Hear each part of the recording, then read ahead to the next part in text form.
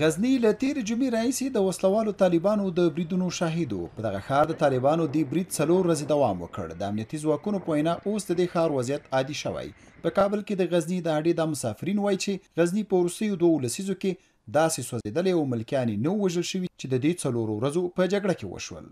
ما خپله ولدلو ډېر وضعیت خراب دی، ډېر مړي پراته وو، تابوتونه نه ورته رسېدل، لیکن زښته زیات مړي پراته وو.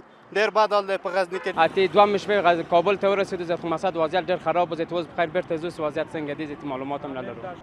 د غزني په 4 ورځنۍ جګړه کې 40 ملکي وګړي وژل شوي او په زرګونو بیا کډه شوي وو.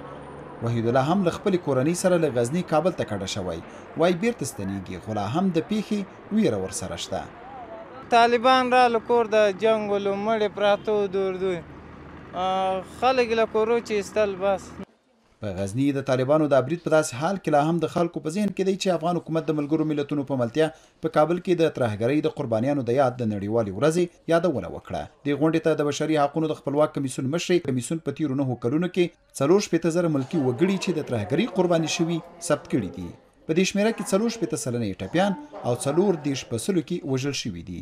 د سیما سمر په وینا د دې ملکي مرګ ژوبلې او یا په سلو کې عاملین وسلوال مخالفین په تیره بیا طالبان دي. د کمیسیون د یوې سروې له مخې چې په 10 ولایتونو کې 3,000 کسانو سره پکې مرکې کړي، ښودل شوي چې 2 کې د مرکه شوو خپلوان د ترهګرۍ ښکار شوي او 38 کې په خپله هنوز زمینه برای صلح در افغانستان مساعد نیست. تر اوسه په افغانستان کې د سولې لپاره زمینه نه ده مساعده شوې.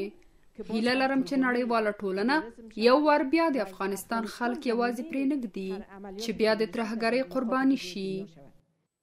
د ترهګرۍ د قربانیانو د یاد ورځ که څه هم د اګست 21 ده، خو دا ورځ نن یاده شوه. د ملګرو ملتونو د سرمنشي مرستیال ولادیمیر ایوانویچ وویل چې ترهګرۍ نړیواله ستونزه ده.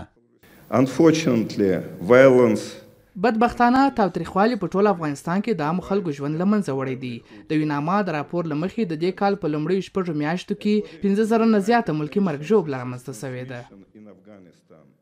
یوې مور دې غونډې ته وویل چې څنګه یې د کورنۍ غړي له لاسه ورکړي. زه د هغه شهیدانو مور یم چې 6 کسان مې وقف کړي دي او بخښلي مې دي او شهیدان شوي دي، د داعشو د لاسه حلال شوي دي. په دې غونډه کې د غزني وروستۍ جګړه هم وغندل شوه. که څه هم طالبانو په اعلامیه کې سره صلیب ګواښلی، خو افغاني سره میاشت وایي چې غزني ته یې 2,000 کورنیو ته خوراکي او 500 کورنیو ته یې روغتیایي مرستې رسولي او 250 تابوتونه هم لیږدولي دي. رحیم ګل څاروان، آشنا تلویزیون، کابل.